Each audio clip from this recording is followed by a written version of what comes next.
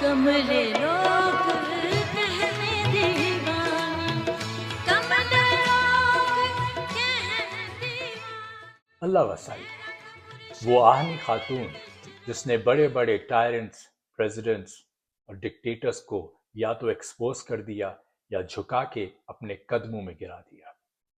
वो गरीब सी लड़की जो कि एक छोटे से गांव में पैदा हुई और इतनी गरीब थी कि माँ बाप को खिलाने के लिए भी कुछ ना था, और उसकी गुर्बत का ये आलम था कि किसी पड़ोसी ने जब तरबूज काट के उसका छिलका घर के बाहर फेंका तो उस गरीब सी बच्ची ने उठा के उसे खाना शुरू कर दिया। इस गरीब सी बच्ची का नाम जो मैं अल्लाह वसाई ले रहा हूँ, आप उसको नूर जहां के नाम से जानते हैं। म्यूजिक और मेलोडी की वो क्वीन जिसने सिर्फ बड़े सगीर को नहीं बल्कि पूरी दुनिया को अपने सुरों से कॉन्कर किया, नूर जहां।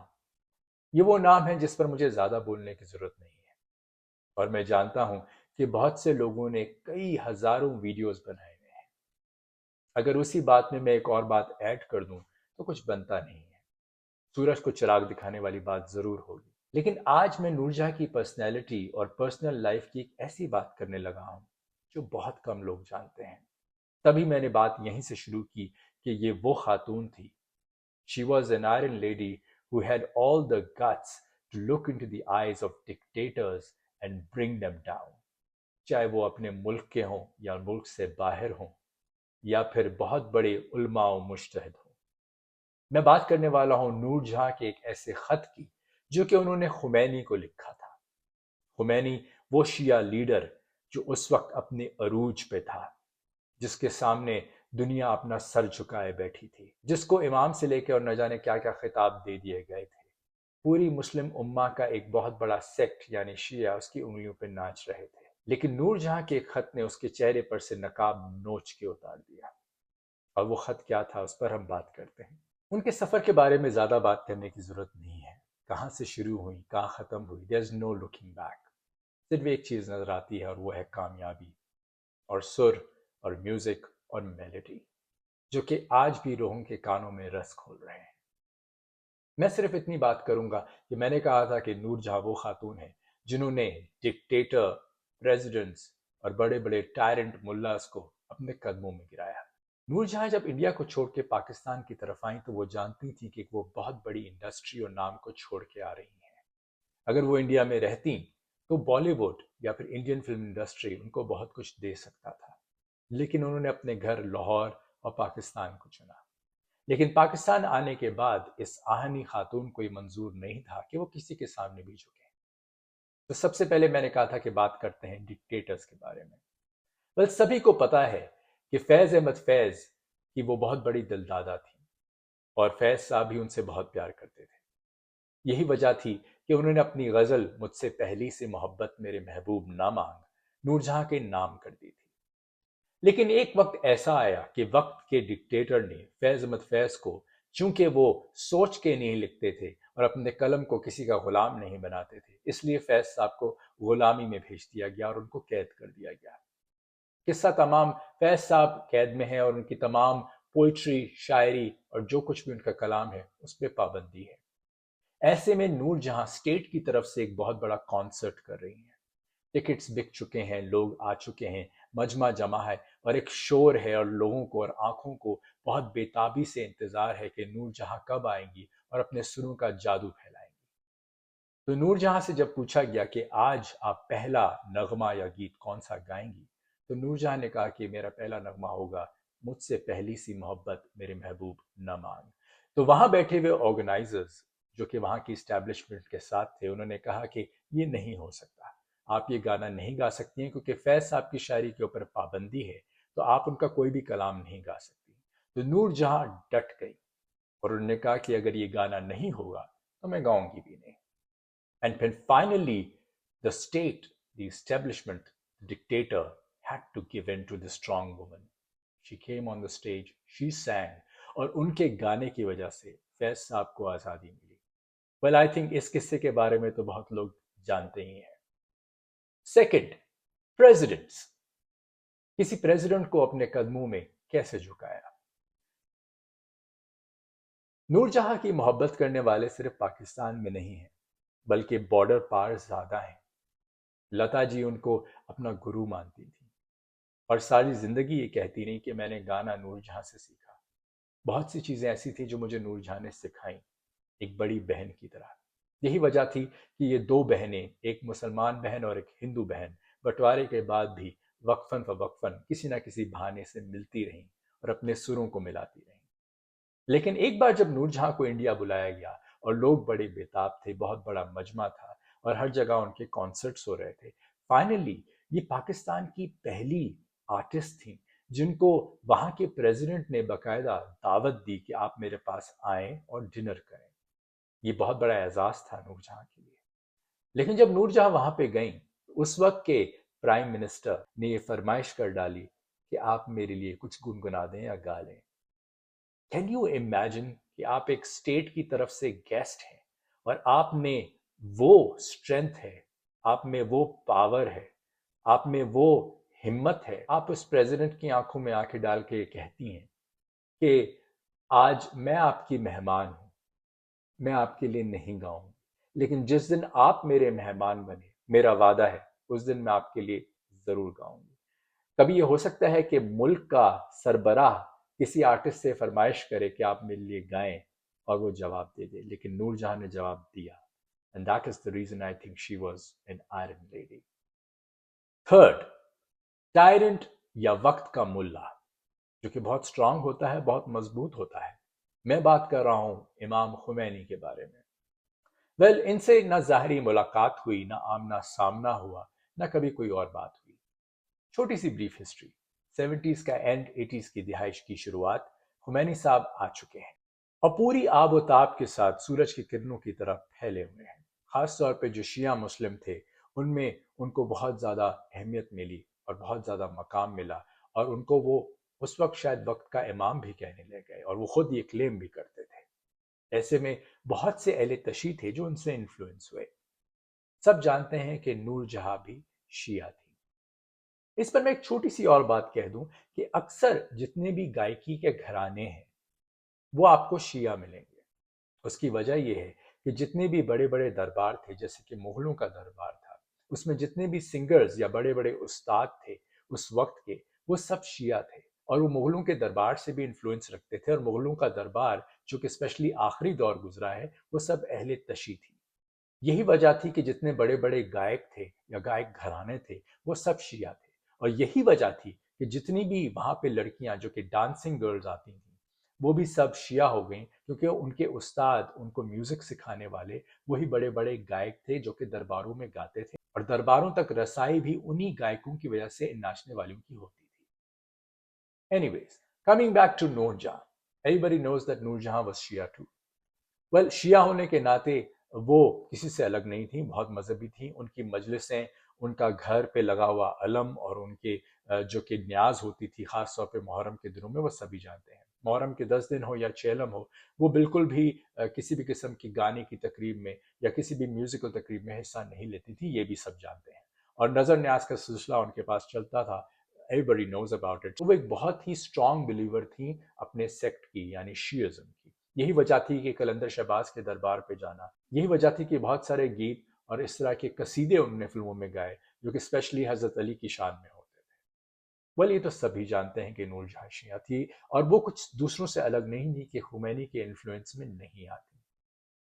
شاید نور جہاں کو کبھی یہ لگا ہو کہ جس امام مہدی کا سب انتظار کرتے ہیں، یعنی خاص طور پہ شیعہ، یہ خمینی صاحب کہیں وہ مہدی تو نہیں ہے.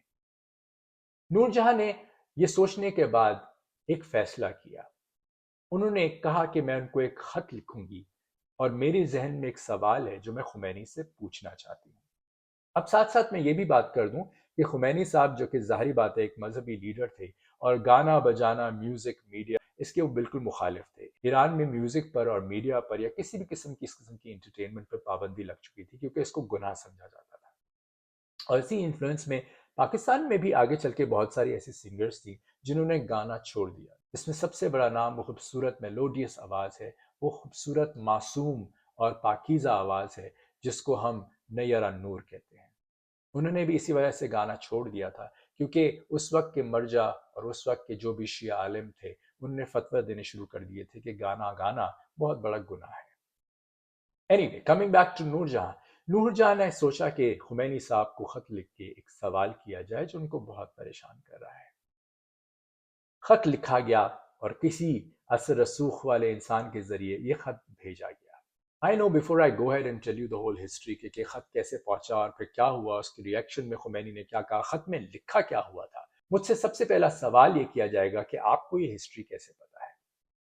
Well, all I know is as a child, as a 6-7-year-old, with my father, meeting a Shia alim who was a very famous Shia alim in those days. I'm talking about late 80s, early 90s.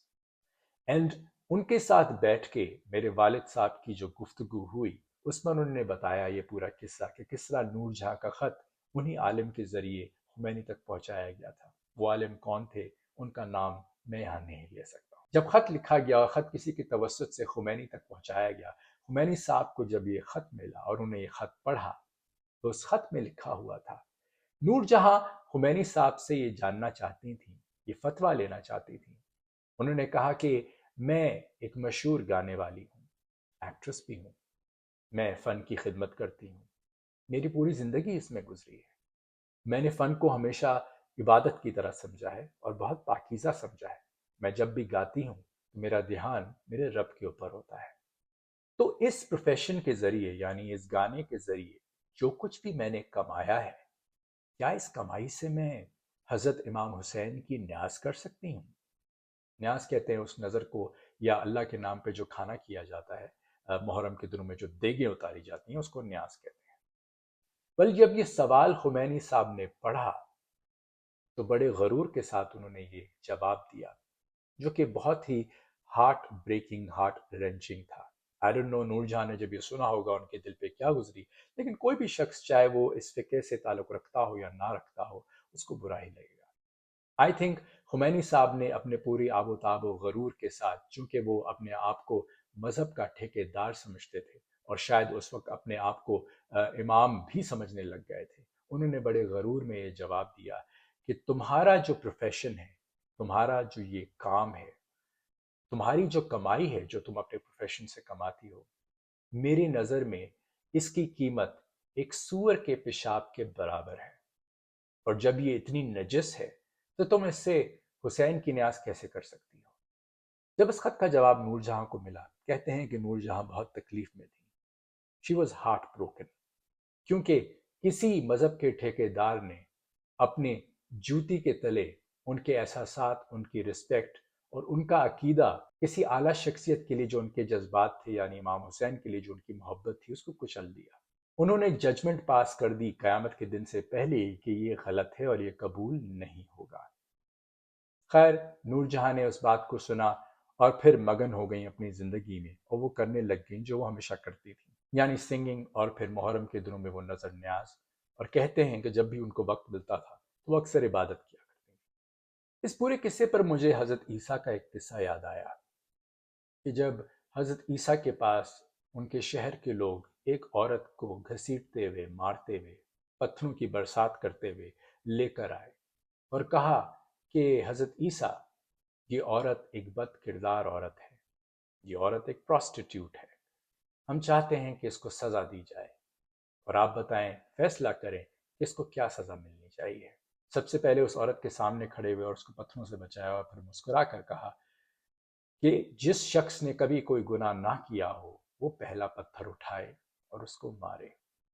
Well, खुदा के नबी और अंबिया जो हैं वो तो कभी judgement पास नहीं करते हैं बल्कि गुनहगारों को बचाते हैं, लेकिन हमारे आलिम, मुल्ला, मुज्तहिद खुदा के नाम पर रोज़ फैसले करते आते हैं, क़यामत का हशर का मैदान खड़ा कर देते हैं।